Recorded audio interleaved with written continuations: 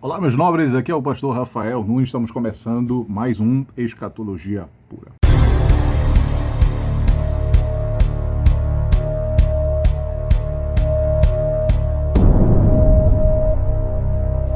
Paz do Senhor, meus nobres irmãos, vamos entrar num assunto muito importante, de suma relevância para nós como cristãos. Nós estamos aí nessa série escatológica sobre o arrebatamento. Quem já assistiu os vídeos anteriores sobre o arrebatamento, falo sobre alguns aspectos do arrebatamento, mas a pergunta que não quer calar é: o que vai acontecer após o arrebatamento, quando a igreja tiver, melhor dizendo, acesso ao céu? Bom, o arrebatamento da igreja é um evento desencadeador. Por quê? Porque na eternidade, após o arrebatamento vai inaugurar alguns planos específicos que Cristo tem para a igreja. E uma delas é o Tribunal de Cristo. Tribunal de Cristo. Tribunal de Cristo não é para julgamento de almas, como Apocalipse capítulo de número 20, a partir do versículo de número 11, que ali é apenas no final do milênio, onde Satanás terá sua derrota total concluída, tá bom? Tem Apocalipse capítulo de número 20, verso de número 11 em diante. O Tribunal de Cristo é apenas para os salvos, onde suas obras serão avaliadas e, em detrimento disso, cada um receberá o louvor da parte de Deus, o seu louvor da parte de Deus, como disse o apóstolo Paulo. Só que nós precisamos entender três coisas muito importantes antes de entrarmos nesta matéria sobre o Tribunal de Cristo. É apenas uma introdução, tá? Precisamos entender que o crente, ele foi julgado como pecador em primeiro lugar, como pecador justamente no drama do Calvário, no lugar passado. Isto teve lugar no passado, ou seja, no drama do Calvário, que nós fomos redimidos através do ato sacrificial de Cristo na cruz do Calvário. Só que também o crente agora, ele é julgado como filho durante toda a sua vida. A Bíblia diz que os nossos atos passados, como disse o apóstolo Paulo em Atos 17, Deus não leva em conta o tempo da ignorância. Lá no livro de Miqueias, capítulo de número 7, Miqueias declara também que o Senhor lançou os nossos pecados no mar do esquecimento e também não leva em consideração. Só que a partir de que somos hoje uma nova criatura, andamos em novidade de vida, sim, toda a nossa trajetória agora como filho, nós somos julgados agora como filhos, né? Temos algumas bases bíblicas para reforçar isso daí, porque somos filhos. Como está lá em João, capítulo 1, que diz: olha, ele veio para os seus não receberam, mas todo aquele que o recebe dará o direito de ser chamado filho de Deus. Hebreus, capítulo de número 10, a Bíblia fala lá, o autor da carta aos Hebreus, no capítulo de número 10, que nós somos julgados, somos disciplinados, corrigidos como filhos.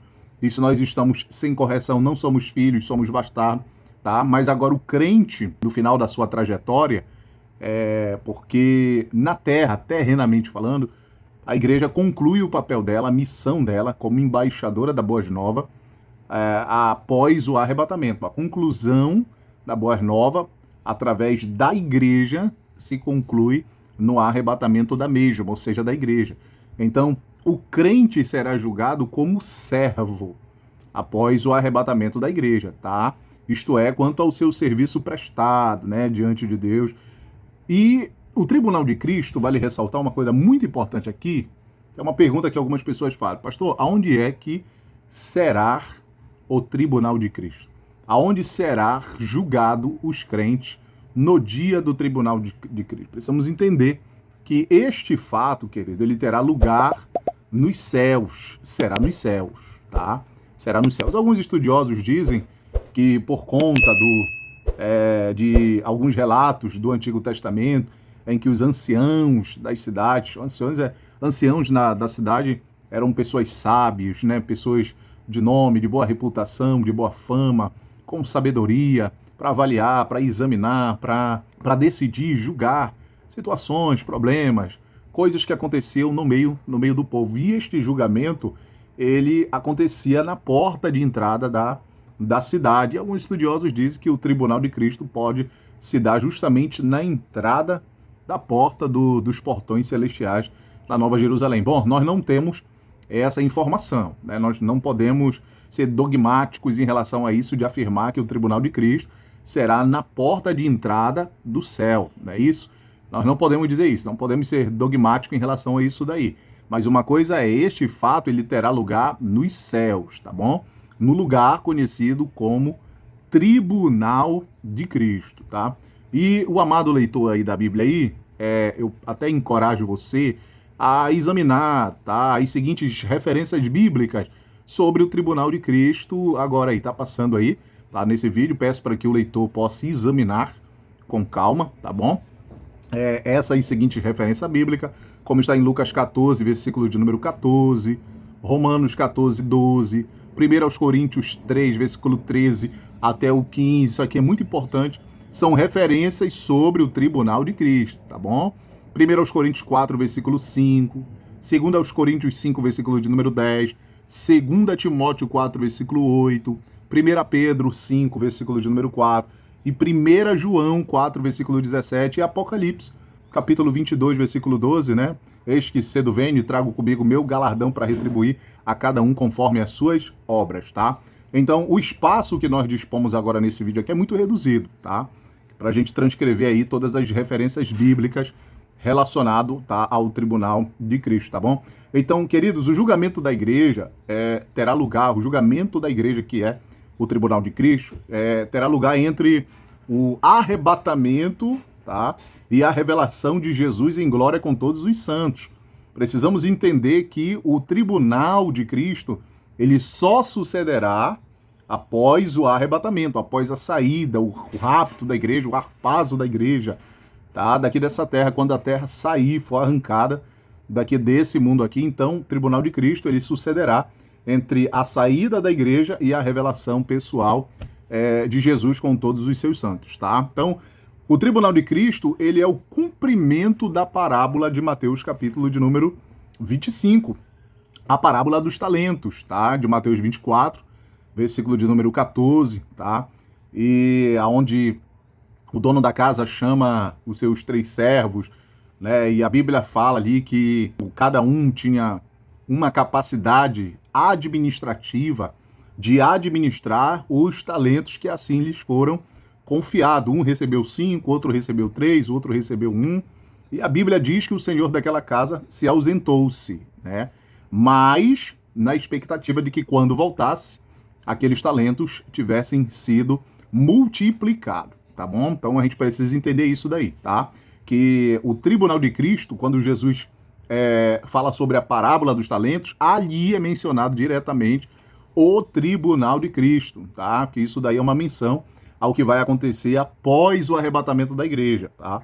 Que já nos leva, nós como leitores, você como crente, a avaliar um pouco mais suas ações, suas atitudes, a forma em que você está administrando, tá? Seus dons, seus talentos, sua vida, sua família, tá? Por quê? Porque somos mordomo, tá? Aqueles homens que estão ali, aqueles servos que são apresentados ali na parábola de Mateus 25 são escravos, não é aquele escravo da história, tá? Que a gente aprendeu num banco de uma sala de aula, mas são administradores da casa. O que nós somos?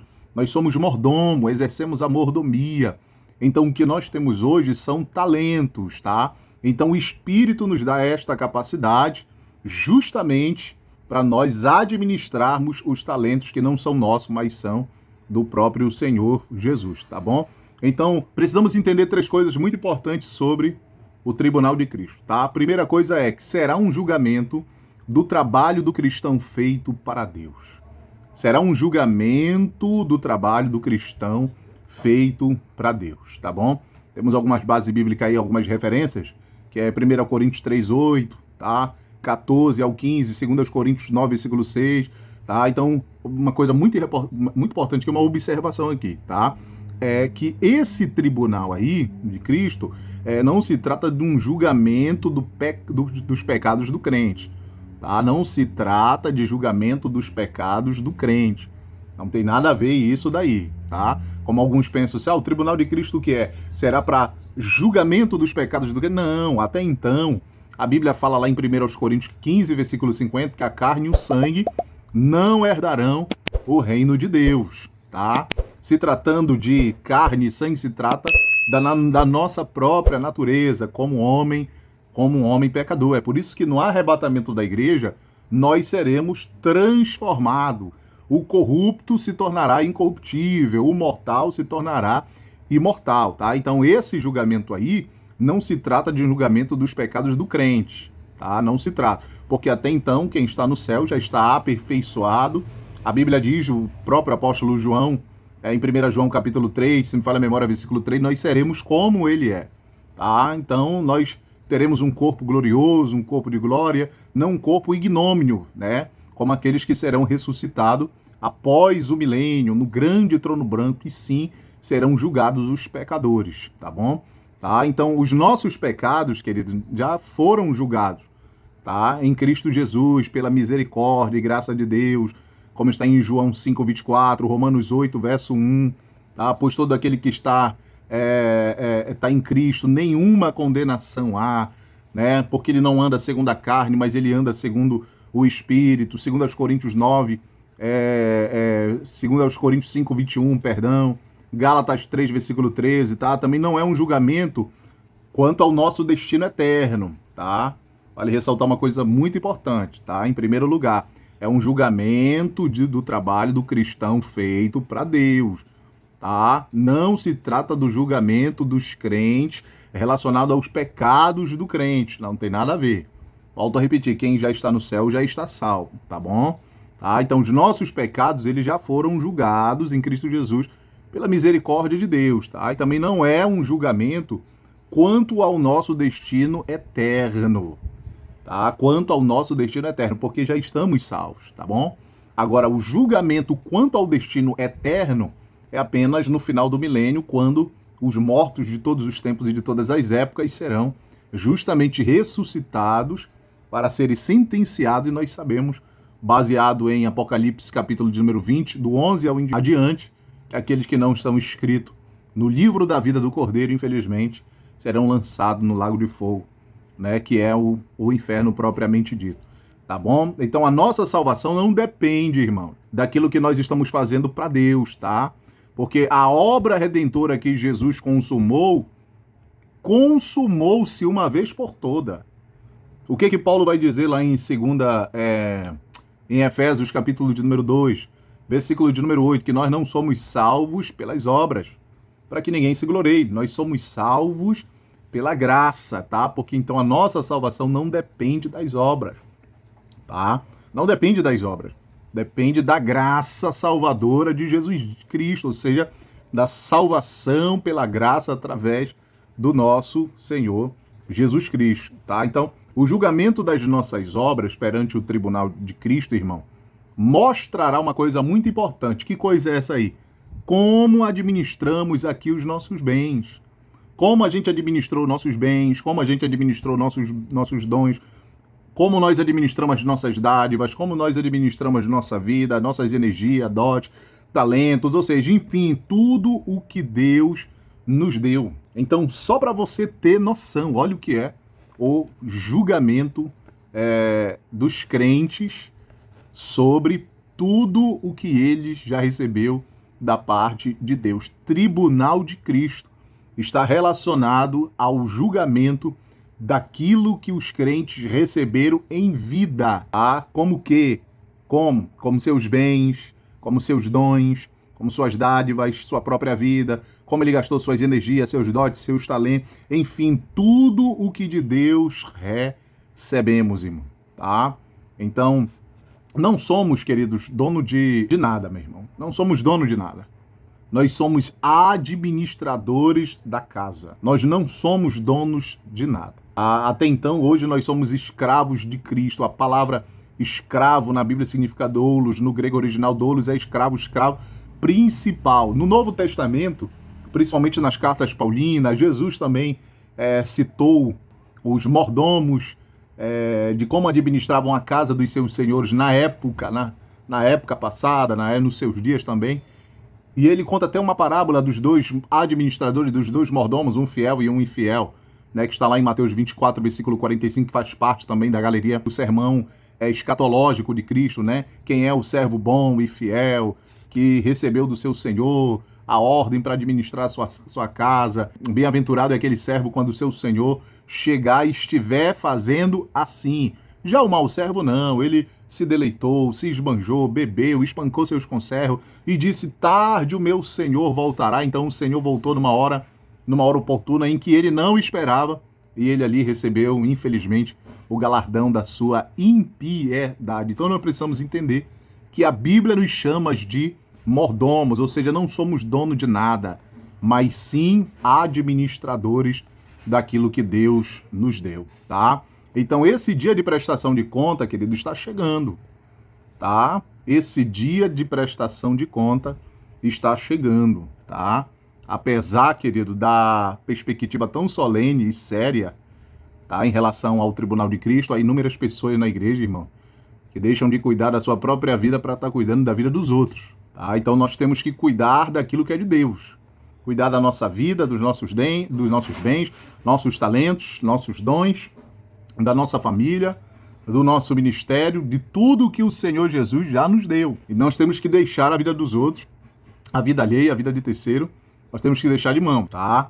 Então nós temos que cuidar daquilo que Deus nos deu, tá? Conforme Jesus deixou claro, tá? Em Mateus capítulo de número 20, tá aí a base bíblica, tá? Mateus capítulo 21, versículo de número 16, o tribunal de Cristo será um julgamento mais da qualidade do trabalho feito do que da quantidade. Tem gente que aí se preocupa mais com a quantidade do que com a qualidade daquilo que está sendo desenvolvido, tá? Então, se você analisar Mateus 20, versículo 1, 16, lá é a parábola dos trabalhadores da vinha. Jesus chamou, né, ele conta uma parábola que o dono de uma vinha estava precisando de trabalhadores para trabalharem na sua vinha. Uns foram chamados, depois veio o segundo grupo, terceiro grupo já veio, o quarto grupo veio na hora 1/10, última hora, já escurecendo, já o dia já indo embora, e cada um recebeu 1 denário pelo seu serviço. Até então houve um desconforto, porque os derradeiros foram chamados primeiro, os últimos foram chamados primeiro e receberam 1 denário. Igualmente, aqueles que foram os primeiros, né, e que concordaram junto com o patrão, com o dono da vinha, de que trabalhariam por 1 denário. Então houve até um desconforto, que eles falaram: poxa, mas eles trabalharam 1 hora de tempo, e estão recebendo igualmente a nós, é injusto. Aí o dono disse assim: ei, que é isso? Eu não posso administrar o que é meu? Ou teus olhos é tão ruim, é tão mal, porque sou bom e quero dar aquilo que me cabe como direito porque é meu? Então, se nós analisarmos com calma Mateus 20, versículo de número 1, 16, será um julgamento mais da qualidade do trabalho, tá, do que a quantidade, tá bom? Então, quando você faz a obra do Senhor, você tem que fazer a obra do Senhor com qualidade, com dedicação, tá? Não se preocupe. Ou seja, a quantidade nós também temos que traçar metas, porque o nosso objetivo é avançar e ganhar almas, não é isso? Para Jesus, né? A quantidade também importa, mas a qualidade de como nós estamos trabalhando para Jesus, isto é extremamente importante. É a segunda coisa extremamente importante que você precisa saber sobre o tribunal de Cristo. A primeira será um julgamento do trabalho do cristão feito para Deus, tá? A gente já concluiu aí. A segunda coisa será um julgamento da conduta do cristão, tá? Ou seja, então cada crente, querido, será julgado nesse particular aí, tá? Em relação à sua conduta, entendeu? Ou seja, do bom ou do mau procedimento. Temos até uma base bíblica aqui, eu quero que você me acompanhe aí. 2 Coríntios 5, versículo de número 10. Olha o que diz: porque importa que todos nós compareçamos perante o tribunal de Cristo, para que cada um receba segundo o bem ou o mal que tiver feito por meio do corpo, tá? Então, portanto, querido, temperança, tá? Em tudo, temperança em tudo, tá? É coisa de grande valor e de muita importância na vida de qualquer cristão, tá, meu irmão? Vale refletir um pouco em cima disso daí, tá bom? Então, a maneira como você se comporta, a sua conduta, a maneira que você trata o corpo, o templo e a morada do Espírito Santo, então tudo isto será julgado, tá? Que será um julgamento, tá, da conduta de todo cristão, tá bom? Então cada crente, querido, será julgado nessa importância, ou seja, nesse particular aí, tá? Tudo que você fez por intermédio do corpo, ou seja bom, ou seja negativo, ou seja ruim, tudo isto será avaliado perante o justo juiz. E a terceira coisa, para nós finalizarmos, que o vídeo está ficando um pouco longo, será um julgamento do tratamento dispensados aos irmãos da fé. Isso mesmo, irmão. Será um tratamento do julgamento, será um julgamento, melhor, do tratamento dispensado aos irmãos da fé. A pergunta reflexiva é: como é que você está tratando o seu irmão? Você está cuidando do seu irmão? Você ama seu irmão?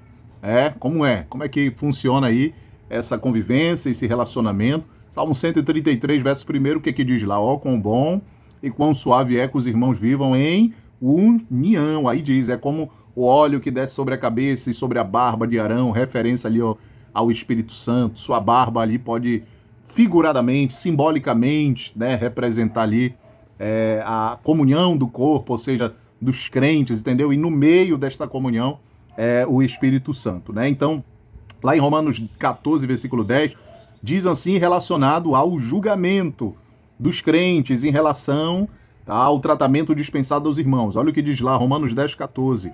Tu, porém, porque julgas a teu irmão, e tu, porque desprezas o teu, pois todos compareceremos perante o tribunal de Deus. Agora temos uma outra referência, Tiago 5,19, irmão. Não vos queixeis um dos outros, para não serdes julgados. Eis que o juiz está às portas, tá? Temos que andar em amor, temos que andar em comunhão, não é isso? Apesar que, biblicamente, o Senhor Jesus, em um dos seus ensinamentos, já nos antecipou que haverá no nosso meio, infelizmente, algumas pessoas que não terão tanto equilíbrio na sua maneira de agir, na sua maneira de falar, na sua maneira de tratar o outro irmão, porém, nós temos que ter isso na cabeça, que o tribunal de Cristo será um julgamento sobre o tratamento dispensado aos nossos irmãos, tá bom? Então, o resultado desse julgamento, querido, será a recompensa. Precisamos entender que o resultado desse julgamento será em recompensa ou perda de recompensa, tá? De acordo com aquilo que se faz com qualidade, daquilo que se faz com amor, daquilo que se faz, entendeu? Com carinho, com zelo, com dedicação, tá bom? Se somos verdadeiros no nosso íntimo, tá? Porque não há nada que possa estar obscurecido diante dos olhos de Deus. Ou seja, o Senhor Jesus nos sonda, ele tem essa capacidade de nos sondar, de avaliar como está o nosso coração, o sentimento que nós estamos aplicando em relação àquilo que ele nos deu, para desenvolvermos para ele, porque somos administradores, tá bom? Então não haverá injustiça. Há uma coisa importante, que não haverá injustiça, tá? Porque o justo juiz, ele é santo e ele é justo. Não haverá injustiça naquele grande dia, tá? Então Jesus, sendo divino e onisciente e justo, querido, tá? Sendo mesmo assim homem, ele conhece perfeitamente a natureza, tá, humana, tá bom? Então sim, Jesus tem um galardão para entregar também aos seus fiéis, tá? Então, esse galardão, isso aqui é muito importante para nós encerrarmos aqui. Ele não mandará nenhum representante, tá?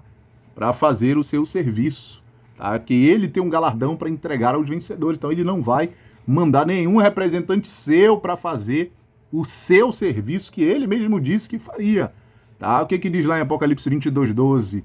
Meu galardão está comigo para dar a cada um segundo as suas obras, tá? Então todo crente, querido, receberá de Deus uma referência elogiosa, tá? Como está escrito lá em 1 Coríntios 4, versículo 5, cada um receberá o seu louvor da parte de Deus, tá? Então todo crente receberá de Deus uma referência elogiosa. Que bênção, não é isso? Em 1 Coríntios 4, 5, haverá um galardão para aqueles que suportam também a aprovação, tá? Como também está escrito lá em Tiago, melhor dizendo, Tiago, capítulo 1, versículo 12, né? Bem-aventurado o homem que suporta com perseverança a aprovação, porque depois de ter sido aprovado receberá a coroa da vida, o qual o Senhor prometeu aos que o amam, tá? Então existe galardão para quem suporta a aprovação. Você que está aí na aprovação, suporte um pouco mais, porque esta tua aprovação resultará em galardão em nome de Jesus, tá? E também haverá, queridos, recompensa para aqueles que sofreram